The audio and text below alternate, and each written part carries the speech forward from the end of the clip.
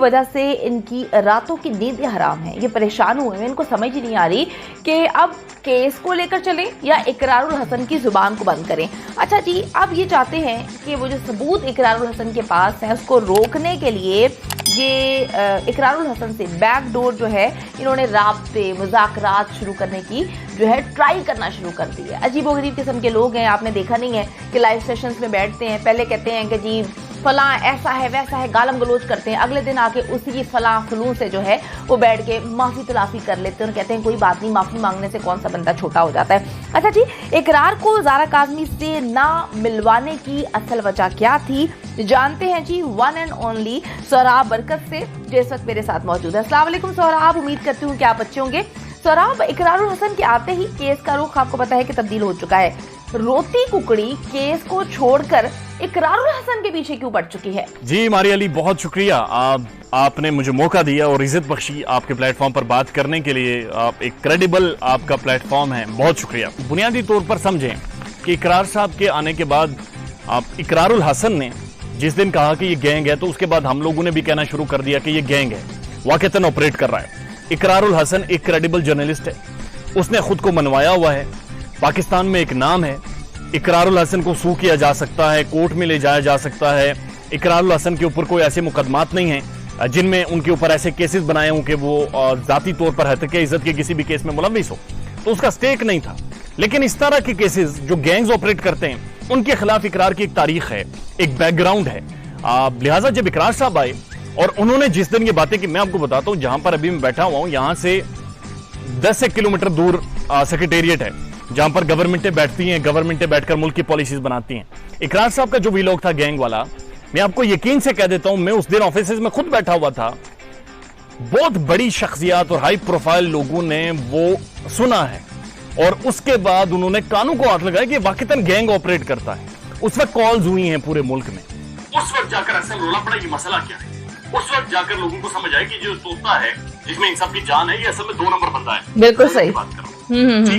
उसके बाद देखें तो अदाकारा ने इनकी कैरेक्टर, अदाकारा का बेसिक स्टांस क्या है, आप बेसिकली देखें। इकरार मुझे कॉल करता था, मैं 13 मिनट की कॉल लीक करने वाली हूँ। इकरार मेरे साथ चैट करता था, इकरार मेरे साथ था, इकरार लोगों को होटल में बुलाता था, इकरार लुंगी डांस करता था, लुंगी पता नहीं स्टफ लाइक दैट।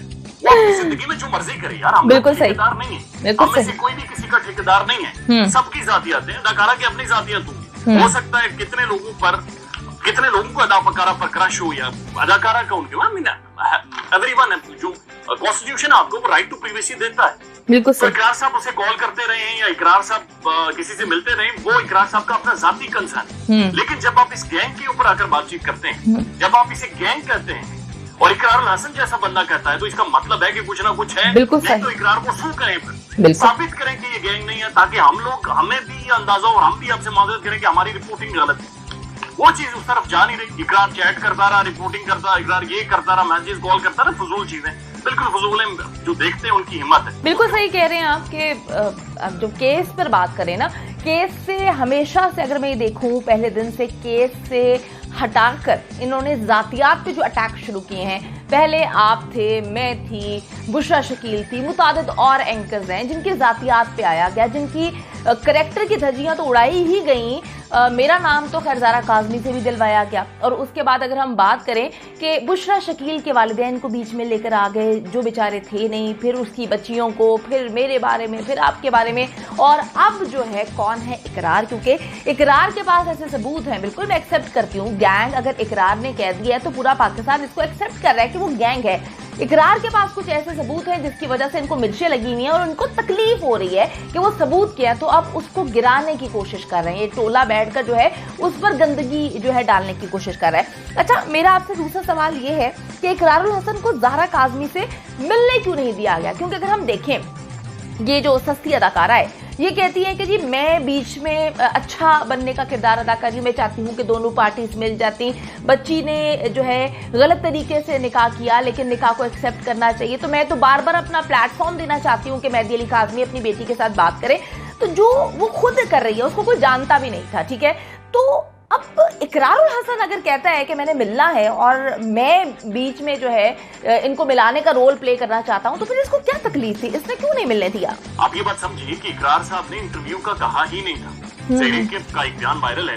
वो एक जगह पर कहता है कि हम इकरार साहब को इंटरव्यू देने के लिए तैयार थे। इकरार साहब ने ये कहा कि इंटरव्यू ना दें, आप अपने पेरेंट्स से, ज़हीरे को कहा कि पेरेंट्स से मेहदी काज़मी से उनकी बेटी को मिलवाएं।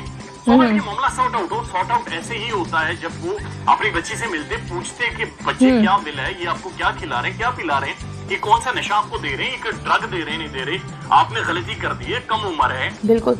उसके बाद जाकर बैठकर चीजें सॉर्ट आउट होनी थी। ज़हीरे को जब ये पता चला कि वहां पर ये मेहदी काज़मी और वालिदैन को लेकर आ रहा, वो खिसक गया। उसने कहा नहीं जी, मेरा इंटरव्यू करें, मैं पूरी दुनिया को मोहब्बत की झूठी दास्तानें सुनाऊंगा, लेकिन मैं मिलूंगा नहीं, ना इसे मिलने दूंगा। ये 2 नंबरी थी। ये कोई शख्सियत की बात नहीं थी, ये कोई पर्सनालिटी नहीं थी जिसने ये स्टांस लिया। 2 नंबर बातें थी जिनकी कोई स्टैंड नहीं था। और इकरार साहब ने कोई फोर्स नहीं किया इंटरव्यू के लिए। मेरी इत्तलात के मुताबिक वो मिलवाना चाह रहे थे। ये सारा गैंग टब्बर भाग गया क्योंकि इकरार के सामने मेरे ख्याल में ये आते तो बहुत सारी चीजें मज़ीद। बिल्कुल सही। अच्छा सोहराब, आप भी इस केस को पहले दिन से फॉलो कर रहे हैं, जिस तरह से मैं भी फॉलो कर रही हूँ। केस को फॉलो करने वाले जितने भी सहाफ़ी हैं, जितने यूट्यूबर्स हैं, इस कुकड़ी गैंग की तरफ से, सस्ती अदाकारा जो है, इनकी तरफ से बहुत ही गलीज़ किस्म की ज़ुबान का इस्तेमाल किया गया। और फिर अब यही बैठकर लोगों को जो है वो धमकियां देते हैं कानूनी कार्रवाई करने की। तो किस मुंह से ये कानूनी कार्रवाई करने की धमकी देते हैं? मतलब कितनी अजीब सी बात है कि गंदगी भी तुमने डाली, गंदा भी तुमने किया, मेहदी काज़मी से लेके हर उस सहाफ़ी को, यूट्यूबर को, और उसके बाद जो है अब धमकियां भी तुम दे रही हो। मतलब हर तरीके से तुम चाहती हो, या तुम लोग चाहते हो कि तुम लोग जो हो वो बड़ाई के रास्ते में चलते रहो या अपने आप को बड़ा साबित करो। तो ये किस मुंह से धमकियां देते हैं? क्या इनका तरीका है? क्या कहेंगे इस पे आप? अब ये बात आप गौर से समझिए, ये साफियों के खिलाफ गलीज़ जुबान इस्तेमाल कर कौन रहा है? आप इनका कोई भी लाइव सेशन उठा ले रात का, अदाकारा बैठी हुई है, एक वकील बैठे हुए, बिलाल साहब, one of a more decent gentleman, वो बैठे हुए तशरीफ फरमा है, उनके साथ एक साफी बैठे हुए हमारी बरादरी से। अब ये तीनों चारों बैठे हुए और इन सब में से एक वकील उठता है और हर बंदे को गालियां देता है। वो नंगी गालियां निकाल रहा है, वो अखलाकियात से घिरी हुई बातें कर रहा है, वो होमोसेक्सुअलिटी के ऊपर, फलां की बच्चियों के ऊपर, फलां के बंदों के ऊपर इकरार को घुंघरू कहना है, अजीब और गरीब सी बातें कर रहा है। अब ये बातें जब वो कर रहा है, वो प्लेटफॉर्म किसका है? प्लेटफॉर्म अदाकारा का है, अदाकारा के नाम से चल रहा है। उससे कैरेक्टर असैसिनेशन करवाने वाली शख्सियत कौन है? वो अदाकारा है। बिल्कुल सही। उसकी गुफ्तगू को एंजॉय करने वाला कौन है? वो अदाकारा है। तो आप सबका, हम सबका फोकस सिर्फ और सिर्फ अदाकारा होनी चाहिए, ना कि ये सारे लोग जिनसे ये बातें करवाई जाती हैं। कहीं ना कहीं पर इन सब लोगों का हमारे मुआशरे के अंदर एक किरदार है, इनकी कोई ना कोई मौजूदगी है, इनकी कोई ना कोई, मेरे ख्याल में 4 किताबें इन्होंने पढ़ी हुई है यार, कुछ ना कुछ चीजें ये समझते हैं। लेकिन जो अदाकारा है, जो इस सारी चीजों को प्रमोट कर रही है, परवान चढ़ा रही है, सेलिब्रेट कर रही है, ये किस कदर 2 नंबरी है कि तुम वहां पर बैठकर लोगों के कैरेक्टर असैसिनेशन करवाओ, तुम वहां पर बैठकर लोगों को गालियां दिलवाओ और लोग तुम्हारे बारे में ना बात करें। मैं आपको मारी वाली सीरीज बता रहा हूँ, बहुत सारी टीमें जो काम कर रही है, नहीं करना चाहिए जाती तौर पर। सवाल जिस दिन अदाकारा की जातियत पर उठेंगे ना, तो बहुत ज्यादा चीखें निकलेंगी और बात शायद वो सही हो जाएगी कि गल बद गई है ज़हीरे, अदाकारा बिल्कुल सही। बहुत सारे लोग फिर सवालात उठेंगे कि जो कैमरे के पीछे खड़ी शख्सियत है, जिसके ऊपर एक्स लिख कर ये दिखाती नहीं है, क्या क्वेश्चन मार्क डाल देती है, जिसे अब मिस्टर रोमांटिक कहकर बुलाती है। बिल्कुल बिल्कुल बिल्कुल जाएंगे, चले गए हैं जी, बहुत आगे तक जाएंगे। बिल्कुल सही। बहुत बड़ी बड़ी बातें, लिहाजा जरूरत है इस चीज की, केस पर फोकस किया जाए, इंस्टेड के लोगों को बिठाकर गालियां दिलवाई जाए लोगों को। लिहाजा गालियां देने का बुनियादी मकसद ये है कि ये चाह रही हैं कि अदाकारा के ऊपर तवज्जो ना बढ़े, उसी पर बातचीत करें जो गालियां दे रहा है, ताकि वो आपको मजीद गालियां दे। लेकिन हम सब का, आपका, हम सब का फोकस सिर्फ और सिर्फ अदाकारा होनी चाहिए। बाकी कोई बंदा नहीं, हमारे किसी से कोई मसला नहीं है, कोई हमारी किसी के साथ जाती टसल नहीं है। बट यस, अदाकारा पर हम बातचीत करेंगे क्योंकि वो नॉमिनेटेड है, मुल्जिम है और उसका नाम मुख्तलिफ पर्चों के ऊपर दर्ज है इस सारे केस में।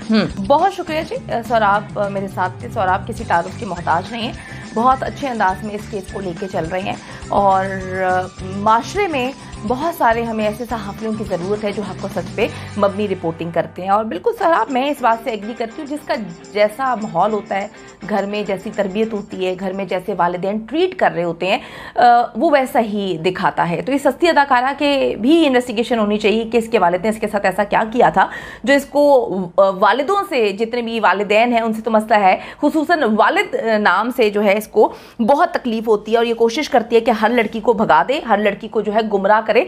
और गंद को प्रमोट करने वाले, गंद को आगे बढ़ाने वाले, गंद का जरिया बनने वाले, गंद को फैलाने वाले सारे गंदे होते हैं मेरे मुताबिक। तो इंशाल्लाह ताला जी हक और सच की जीत होगी। और इकरार साहब यहाँ पर आए हैं, जितने भी सहाफ़ी इस केस को लेके चल रहे हैं, हमारी दुआएं, पाकिस्तान की आवाम की दुआएं उनके